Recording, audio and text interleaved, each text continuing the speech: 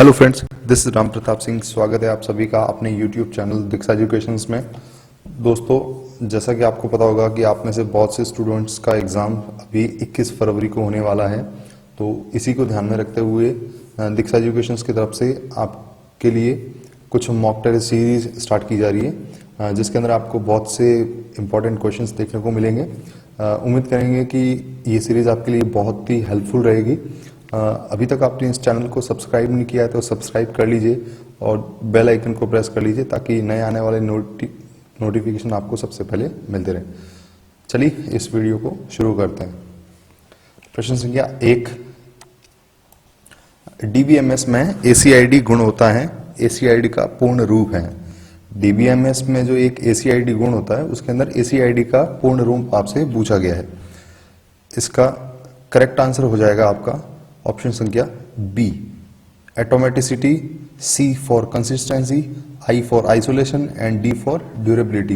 तो आपको ध्यान रखना है कि डीबीएमएस में एसीआईडी गुण जो होता है वो आपका एसीआईडी की फुल फॉर्म होती है एटोमेटिसिटी, कंसिस्टेंसी, आई से आइसोलेशन, डी फॉर ड्यूरेबिलिटी। और डीबीएमएस का अर्थ होता है डाटाबेस मैनेजमेंट सिस्टम। ये एक प्रकार का सॉफ्टवेयर होता है जिसके अंदर डाटाबेस का संग्रहण किया जाता है। बढ़ते हैं अगले प्रश्न की तरफ। प्रश्न संख्या 2, निम्न में से कौन दुर्भावनापूर्ण यानी मैलिशियस प्रकृति का है? मैलिशियस या दुर्भावनापूर्ण का मतलब है एक प्रकार के वायरसेस। कौन कौन से जो ऑप्शन में दे रखे हैं उनमें से कौन से वायरस के प्रकार हैं? आपको ऑप्शन दे रखे हैं वॉर्म, ऑप्शन बी उपरोक्त सभी, ऑप्शन सी दे रखा है आपको ट्रोजन हॉर्स, ऑप्शन डी दे रखा है आपको वायरस। तो इसका उत्तर सही हो जाएगा आपका ऑप्शन नंबर बी, उपरोक्त सभी। ये जितने भी ऑप्शन दे रखे हैं आपको, वॉर्म है, ट्रोजन हॉर्स है, वायरस है, ये सभी आपके मैलिशियस प्रकृति के उदाहरण हैं। और इनके अलावा ऑप्शन क्या हो सकते हैं आपके? आपको ध्यान रखना है मालवेयर, स्पाईवेयर और फिशिंग। ये सभी आपके एक प्रकार के वायरस के ही उदाहरण हैं, जिनको हम दूसरे नाम से भी जानते हैं, वो है आपका साइबर थ्रेट। प्रश्न संख्या 3 की तरफ बढ़ते हैं। इसमें आपसे पूछा गया है कि जीपीएस का पूर्ण रूप क्या है? जीपीएस का आप सब जानते हैं, बहुत ही इजी प्रश्न है ये। ऑप्शन संख्या ए इसका करेक्ट हो जाएगा, global positioning system. Global positioning system, ध्यान रखना जीपीएस का ग्लोबल पोजिशनिंग सिस्टम। और इसका उदाहरण आपका हो जाएगा गूगल मैप्स। जो आप लोकेशन ट्रेस करने के लिए ऐप यूज करते हो वो आपका जीपीएस पे आधारित होता है, यानी ग्लोबल पोजिशनिंग सिस्टम। एक और इंपॉर्टेंट प्रश्न इसमें ध्यान रखिएगा, जो इंडिया की एक फेमस इंस्टीट्यूशन है, संस्था है, जिसे आप जानते हैं इसरो के नाम से, यानी इंडियन स्पेस रिसर्च ऑर्गेनाइजेशन द्वारा 2019 एंडिंग में एक भारत का स्वदेशी एक जीपीएस आधारित नेविगेशन सिस्टम लॉन्च किया गया था, जिसको नाम दिया गया था नाविक। तो ये भी आपका प्रश्न बन सकता है, इसको भी थोड़ा आप ध्यान रखेंगे। बढ़ते हैं अगले प्रश्न की तरफ। प्रश्न संख्या 4, संचार नेटवर्क या कम्युनिकेशन चैनल की क्षमता जो बिट्स प्रति सेकंड यानी बीपीएस में संचारित होती है उसे कहा जाता है? Option A B, option A frequency, option B bandwidth, option C A व बी, ऑप्शन डी उपरोक्त में से कोई नहीं। प्रश्न को ध्यान से पढ़िए। संचार नेटवर्क या कंप्यूटर चैनल की क्षमता जो बिट्स प्रति सेकंड में संचालित होती है, यानी आपसे प्रश्न में कहा गया है कि डेटा को ट्रांसफर करने के लिए जो गति काम में ली जाती है, जो आपकी बीपीएस में होती है, उसे आपको क्या कहा जाता है? तो आप बिल्कुल इजीली इसका उत्तर दे सकते हैं कि जो डेटा कम्युनिकेशन के अंदर, कम्युनिकेशन सिस्टम के अंदर जो डेटा का ट्रांसफर होता है वो आपका फ्रीक्वेंसी के आधार पर होता है। तो लेकिन इस प्रश्न के अंदर आपको बैंडविड्थ भी ऑप्शन में दे रखे हैं। तो आपको ध्यान रखना है कि जैसे फ्रीक्वेंसी की यूनिट होती है हर्ट्ज, HZ, उसी तरीके से आपका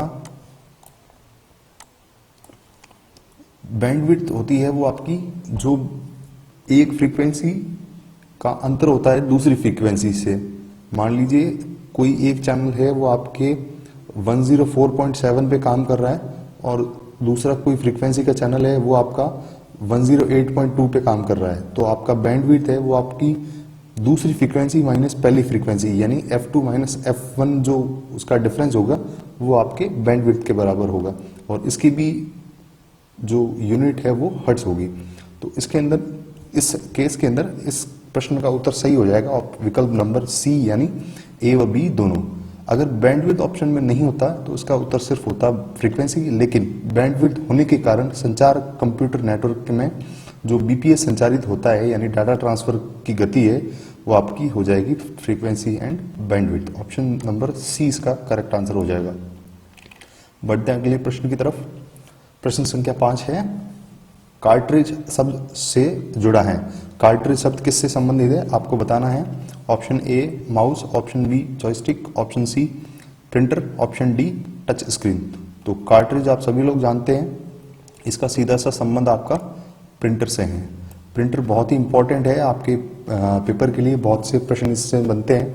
तो मैं आपको बता दूं यहीं पे कि प्रिंटर आपके एक प्रकार का आउटपुट डिवाइस है जो कि कागज पे किसी भी दस्तावेज को छापने के लिए काम आता है। प्रिंटर आपके सामान्यतः दो प्रकार के होते हैं, impact printer, non impact printer, और इनमें आपको प्रिंटर के पार्ट्स है वो भी ध्यान रखना है। मैं आपको प्रिंटर के कुछ इंपॉर्टेंट पार्ट्स बता देता हूँ, उनको भी आप थोड़ा ध्यान रखेंगे। सबसे पहला इंपॉर्टेंट पार्ट होता है किसी भी प्रिंटर का, वो होता है कार्ट्रिज। कार्ट्रिज का मतलब होता है जिसके अंदर इंक लोड होती है और जिसके द्वारा ही आपके कागज पर जो मुद्रण की जो प्रक्रिया है वो संपन्न होती है। दूसरा होता है उसका प्रिंटर हेड, जिसकी वजह से आप उसमें प्रिंटर के अंदर जो आपका अक्षर छपता है वो प्रिंटर हेड की मदद से होता है। तीसरा होता है आपका पेपर लोडर, यानी जहां पर वो स्थान जहां पर आप प्रिंटर में पेज को स्टोर करते हैं उसको कहा जाता है पेज लोडर, और जहां वो स्थान जहां पर आप पेज प्रिंट होने के बाद रिसीव करते हैं उसको कहा जाता है पेज रिसीवर। तो इस चीज को आप थोड़ा ध्यान रखेंगे, ये भी आपके लिए बहुत इंपॉर्टेंट होने वाला है। बढ़ते हैं अगले प्रश्न की तरफ। प्रश्न संख्या 6 कह रहा है, डेटा पदानुक्रम यानी हायरार्की का बढ़ता क्रम है। ऑप्शन आपको दे रखे हैं 4, इसमें से शुद्ध रूप से इसका उत्तर सही हो जाएगा आपका ऑप्शन नंबर बी, यानी बिट, उसके बाद बाइट, उसके बाद रिकॉर्ड, उसके बाद फील्ड, फिर फाइल एंड उसके बाद डेटाबेस। तो ये क्रम आपको ध्यान रखना है, बढ़ता क्रम पूछा है, यानी सबसे छोटी यूनिट सबसे पहले आएगी, उसके बाद सबसे बड़ी। जो डेटा बनता है डेटाबेस में उसमें सबसे छोटी यूनिट होती है आपकी बिट, उसके बाद बाइट, उसके बाद रिकॉर्ड के बाद फील्ड से बनती है आपकी फाइल, और उसके बाद बनती है आपकी डाटाबेस। बढ़ते हैं अगले प्रश्न की तरफ।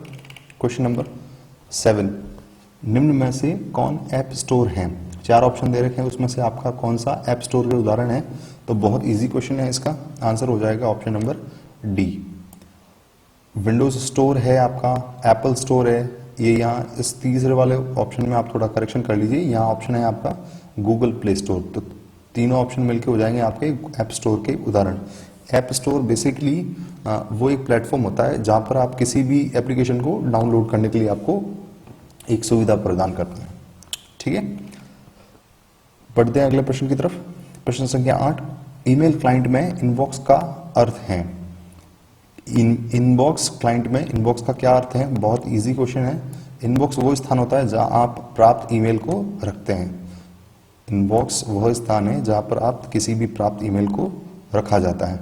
ईमेल से क्वेश्चन रिलेटेड जरूर किसी न किसी आपके RCET के एग्जाम्स में पूछा जाता है, तो आप ध्यान रखेंगे उसमें ईमेल से रिलेटेड सारी जानकारियां। बढ़ते हैं अगले प्रश्न की तरफ। प्रश्न संख्या 9, MS वर्ड 2010 में रिबिन डैश की श्रृंखला से बने होते हैं। यानी जो आपका MS वर्ड के अंदर रिबिन्स होते हैं वो किन की श्रृंखला से बने होते हैं। 4 ऑप्शन दे रखे हैं आपको, टैब्स, विंडोज, गेट्स और डोर्स। बहुत इजी क्वेश्चन है, 2 ऑप्शन तो आप ऐसे ही उसमें इसको एलिमिनेट कर सकते हो। डोर्स और गेट का संबंध आपके MS वर्ड से नहीं है। देखिए बच्चों, किसी भी प्रश्न को करने का सबसे तरीका सही होता है, या तो अगर आपको उस प्रश्न का सीधा उत्तर आता है तो आप उस प्रश्न का उत्तर वो टिक कर सकते हैं, नहीं तो आपके लिए एक और मेथड होता है जिसे हम जानते हैं मेथड ऑफ एलिमिनेशन से। यानी जो आपका ऑप्शन का जो संबंध है जिस प्रश्न से नहीं है उसको आप हटाते रहेंगे तो आपके लिए दुविधाएं बहुत कम हो जाएंगी। जैसे कि MS वर्ड के अंदर गेट और डोर का संबंध इस प्रश्न से नहीं है, तो आपके C और D ऑप्शन एलिमिनेट हो जाएंगे। ऑप्शन बच गया ए और बी। तो आपका टैब इसका शुद्ध रूप से उत्तर हो जाएगा। विंडोज MS वर्ड 2010 में रिबिन्स है वो आपके टैब से बनते हैं। आप ध्यान रखेंगे कि टाइटल बार के जस्ट नीचे जो आपको home, insert, page layout, reference, mailing, view, review, data, formula, picture, tools, ये जितने भी आपको ऑप्शन दिखते हैं उन सबको हम कहते हैं टैब्स, या इसका दूसरे शब्दों में हम कह सकते हैं उनको कहा जाता है मेन्यू। तो ये जो श्रृंखला होती है उसको कहा जाता है रिबन। बढ़ते हैं अगले प्रश्न की तरफ। प्रश्न संख्या 10। आउटलुक में ईमेल बनाते समय BCC का अर्थ होता है। बहुत इजी प्रश्न है। BCC का अर्थ हो जाएगा यहाँ पे आपका blind carbon copy. Question number 11। प्रश्न संख्या 11 है, स्कैनर आउटपुट डिवाइस का एक उदाहरण है। वक्तव्य 2 है आपका कि हार्ड डिस्क दोनों इनपुट और आउटपुट डिवाइस का एक उदाहरण है। वक्तव्य 1 बिल्कुल सही लिखा हुआ है, यानी स्कैनर एक इनपुट डिवाइस का उदाहरण है।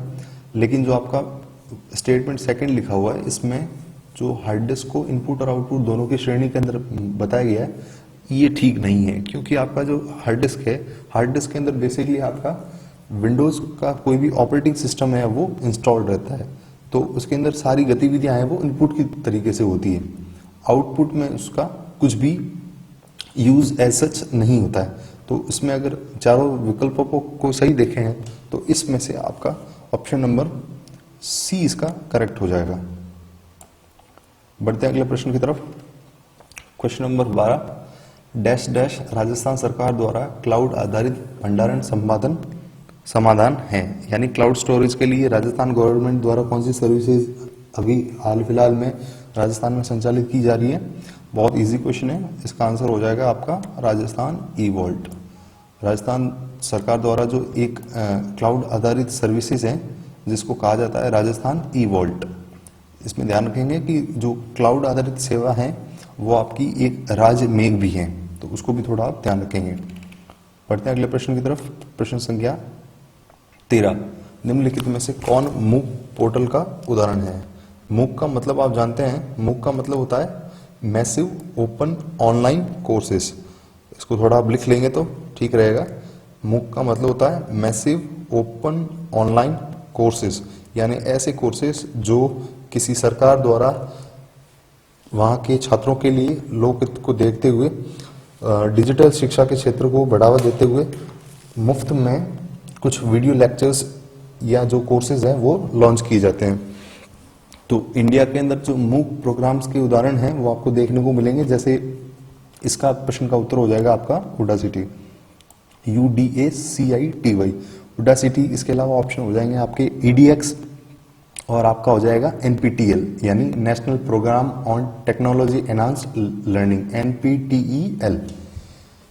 बढ़ते हैं अगले प्रश्न की तरफ।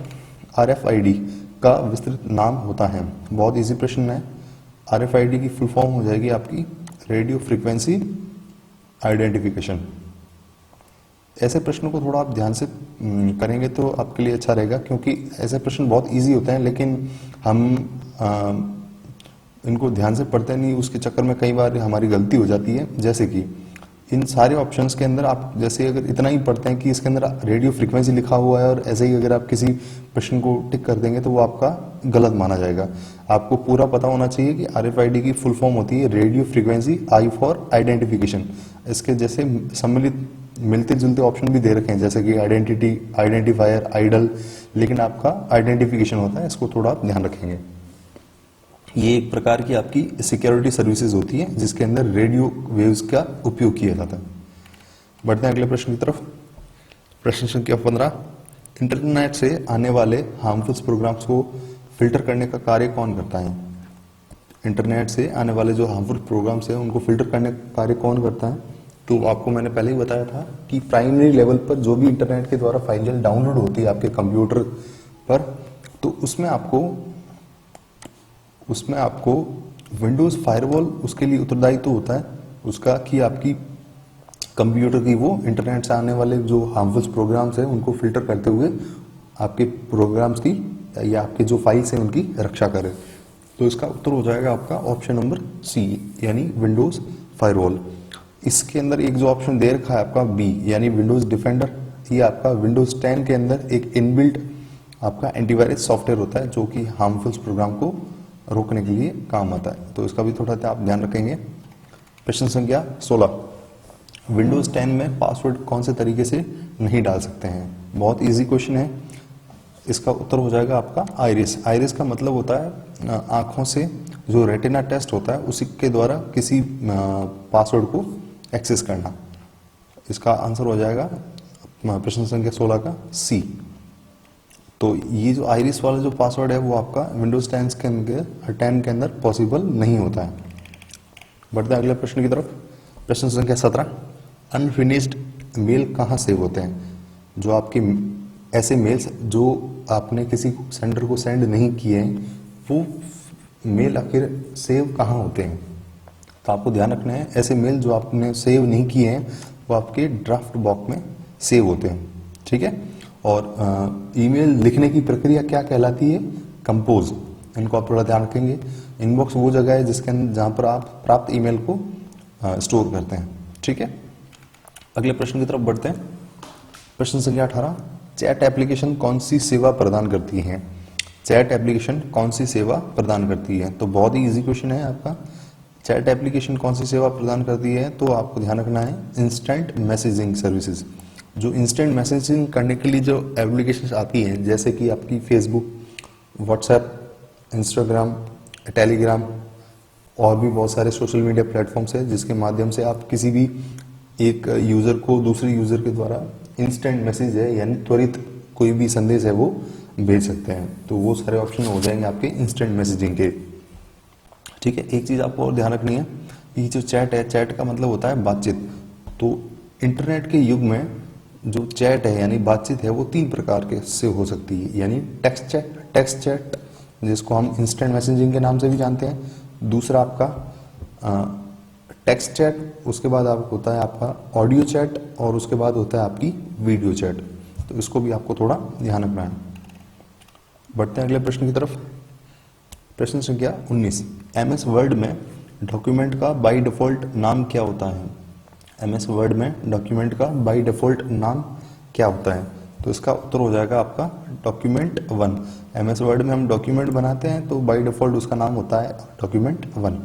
यही चीज अगर आपको एमएस पावर पॉइंट के बारे में पूछा होता तो उसका उत्तर हो जाता आपका प्रेजेंटेशन 1। और अगर एमएस एक्सेल का पूछा होता तो हो जाता इसका उत्तर बुक 1, या कई बार उसमें आप स्प्रेडशीट 1 भी बता सकते हैं। अगले प्रश्न की तरफ चलते हैं। प्रश्न संख्या 20, हाल ही में खोली गई फाइल्स को दोबारा खोलने का अवसर देती है और ऐसी फाइल्स जो बार बार उपयोग में ली जा रही हैं वो को पिन करने में मदद करती हैं। तो इसका उत्तर हो जाएगा आपका रिसेंट एक ऐसा ऑप्शन होता है जिसकी मदद से आप हाल ही में जो बार बार आप एप्लीकेशंस या जो फाइलें आप खोल रहे हैं उनको पिन करने के लिए काम आता है। ओपन कंट्रोल ओ, जिससे आप सेव की गई फाइल को ओपन करते हैं। सेव एज, जो किसी एक फाइल की कॉपी को उसका नाम व स्थान बदलकर अन्य स्थान में पर सेव करने के लिए ऑप्शन यूज किया जाता है। इसकी शॉर्टकट की होती है आपकी F12, फंक्शन कुंजी नंबर 12 है वो सेव एज की होती है। बढ़ते हैं अगले प्रश्न की तरफ। प्रश्न संख्या 21, अंतिम कमांड जो कि डिलीट हो जाती है डैश उसको वापस लाने में काम आती है, अर्थात अंतिम क्रिया को निष्क्रिय कर देता है। यानी कई बार आपने कुछ लिखा है और आपने उसको डिलीट कर दिया है और इस क्रिया को आपको निष्क्रिय करके उस टेक्स्ट या उस जो आपका कंटेंट है उसको वापस लाने के लिए जो यूज की जाती की उसको कहा जाता है अनडू। और इन सब की शॉर्टकट की आपको पता होगी। इसकी शॉर्टकट की होती है आपकी रीडू की होती है Ctrl+Y, अनडू की होती है Ctrl+Z। बैक स्पेस और स्पेस में आप थोड़ा ध्यान रखेंगे। डिलीट का मतलब होता है लेफ्ट से राइट के और अक्षरों को मिटाना। बैक स्पेस का मतलब होता है राइट से लेफ्ट तरफ के अक्षरों को हटाना। बढ़ते हैं अगले प्रश्न की तरफ। प्रश्न संख्या 22, वर्ड रैप से क्या आशय है? वर्ड रैप से क्या आशय है? तो इसका उत्तर हो जाएगा आपका ऑप्शन संख्या सी, यानी टेक्स्ट को स्वतः ही अगली लाइन में पहुंचाना वर्ड रैप कहलाता है। ध्यान रखना, word rap. Question number 23, MS word किस प्रकार का सॉफ्टवेयर है तथा किस प्रकार की सॉफ्टवेयर की श्रेणी में आता है? बहुत ही इजी क्वेश्चन है। एमएस वर्ड आपका एक प्रकार का वर्ड प्रोसेसिंग सॉफ्टवेयर है और जो कि एप्लीकेशन सॉफ्टवेयर के श्रेणी में आता है। ऑप्शन नंबर ए इसका करेक्ट हो जाएगा। ध्यान रखेंगे एमएस वर्ड के अंदर हम डॉक्यूमेंट बनाने के लिए उसको काम लेते हैं, इसलिए उसको वर्ड प्रोसेसिंग सॉफ्टवेयर भी कहते हैं। अगला प्रश्न, निम्न में से कौन सी की वर्तनी और व्याकरण की जांच को सक्रिय करता है? स्पेलिंग एंड ग्रामर चेक के लिए एमएस वर्ड के अंदर कौन सी की उपयोग में ली जाती है? तो बहुत ही इजी क्वेश्चन है, इसका उत्तर हो जाएगा आपका F7। F7 है वो आप स्पेलिंग एंड ग्रामर चेक के लिए यूज कर सकते हैं। Question number 25, MS power point को डुप्लीकेट स्लाइड इंसर्ट करने की शॉर्टकट की बताइए। डुप्लीकेट स्लाइड इंसर्ट करने के लिए आपकी शॉर्टकट की एमएस पावर पॉइंट में कौन सी होगी? Ctrl+M। अगर आपको डुप्लीकेट स्लाइड इंसर्ट करनी है आप प्रेस करेंगे Ctrl+N। अगर आपको नई प्रेजेंटेशन एंटर करनी है तो आप करेंगे Ctrl+N। इसमें थोड़ा ध्यान रखेंगे, अगर सिर्फ स्लाइड को करना है तो Ctrl+N, अगर प्रेजेंटेशन को करना है तो आप करेंगे Ctrl+N। Ctrl+P हो जाएगा आपका जो प्रेजेंटेशन आपने बनाई है उसको प्रिंट आउट करने के लिए। प्रश्न संख्या 26, एमएस पावर पॉइंट के अंदर जो आपका स्पेशल इफेक्ट जो स्लाइड में डालते हैं उन्हें क्या कहा जाता है? तो इसका आंसर हो जाएगा आपका ट्रांजिशन। अगर स्लाइड में पूरी स्लाइड के अंदर कोई इफेक्ट डाल रहे हैं तो उसे कहेंगे हम ट्रांजिशन। लेकिन किसी एक स्लाइड के पर्टिकुलर हिस्से में, जैसे कि किसी टेक्स्ट में, किसी इमेज के अंदर या किसी शेप के अंदर कोई इफेक्ट डाल रहे हैं तो उसे हम कहेंगे एनिमेशन। और ट्रांजिशन लगता है पूरी स्लाइड पर, इसको आप थोड़ा ध्यान रखेंगे। बढ़ते हैं अगले प्रश्न की तरफ। क्वेश्चन नंबर 27, आप एमएस पावर पॉइंट में कौन सा फॉर्मेट नहीं जोड़ सकते हैं, यानी कौन से फॉर्मेट की फाइल आप पावर पॉइंट में इंसर्ट नहीं कर सकते हैं? तो HTML यानी हाइपर टेक्स्ट मार्कअप लैंग्वेज की फॉर्मेट है वो आप एमएस पावर पॉइंट के अंदर नहीं इंसर्ट कर सकते हैं। जानते हैं जो बाकी वाले ऑप्शन दे रखे हैं उनकी फुल फॉर्म्स क्या हो सकती है? JPEG का मतलब होता है joint photographic editing group, GIF का मतलब होता है ग्राफिकल इंटरचेंज फॉर्मेट, और BMP का मतलब होता है बिट मैप पिक्चर। तो इन तीनों की भी आपको थोड़ी फुल फॉर्म ध्यान रखनी है। HTML आपको पता ही होगा, हाइपर टेक्स्ट मार्कअप लैंग्वेज, यानी इंटरनेट पर प्रयुक्त होने वाली लैंग्वेज। बढ़ते हैं अगले प्रश्न की तरफ। Question number 28, MS power point में हम कितना प्रतिशत जूम कर सकते हैं? बहुत इजी क्वेश्चन है। एमएस पावर पॉइंट में हम 400% तक है वो जूम कर सकते हैं स्क्रीन को। Question number 29, MS power point में कौन कौन से मास्टर व्यूज होते हैं? तो व्यू आपके 3 प्रकार के होते हैं एमएस पावर पॉइंट के अंदर, स्लाइड शॉटर, नोट्स मास्टर और आपका हैंडआउट मास्टर। तो चारों के चारों ऑप्शन होते हैं आपके एमएस पावर पॉइंट के अंदर मास्टर व्यूज के ऑप्शन। याद रखना है आपको, स्लाइड मास्टर, नोट मास्टर और आपका हैंडआउट मास्टर। तो ऑप्शन डी इसका करेक्ट हो जाएगा क्वेश्चन नंबर 29 का। क्वेश्चन नंबर 30, एमएस एक्सेल में नई वर्कशीट इंसर्ट करने के लिए शॉर्टकट की बताइए।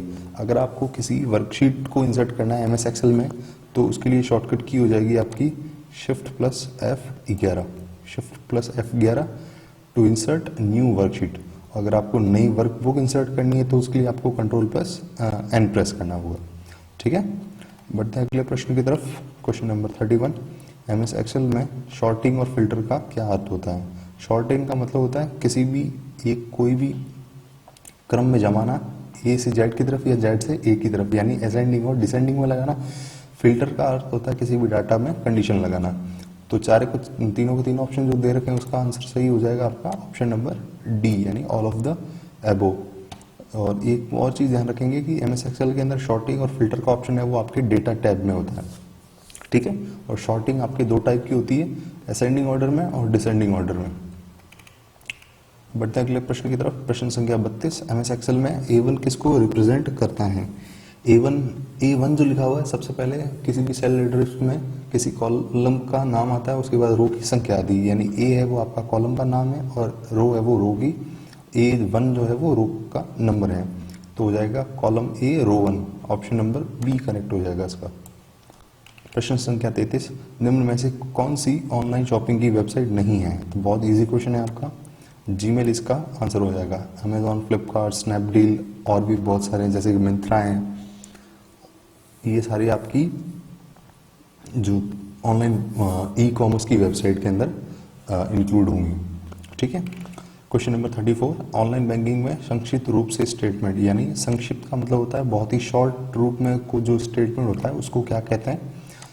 तो इसका शुद्ध रूप से उत्तर हो जाएगा आपका डी, यानी मिनी स्टेटमेंट। ऑनलाइन बैंकिंग में यूज़ करने के लिए अगर आपको संक्षिप्त रूप से स्टेटमेंट निकालना है, स्टेटमेंट का मतलब होता है जो आपका ट्रांजैक्शन हिस्ट्री है उसको शो करने के लिए आपको मिनी स्टेटमेंट की ज़रूरत पड़ती है। ठीक है।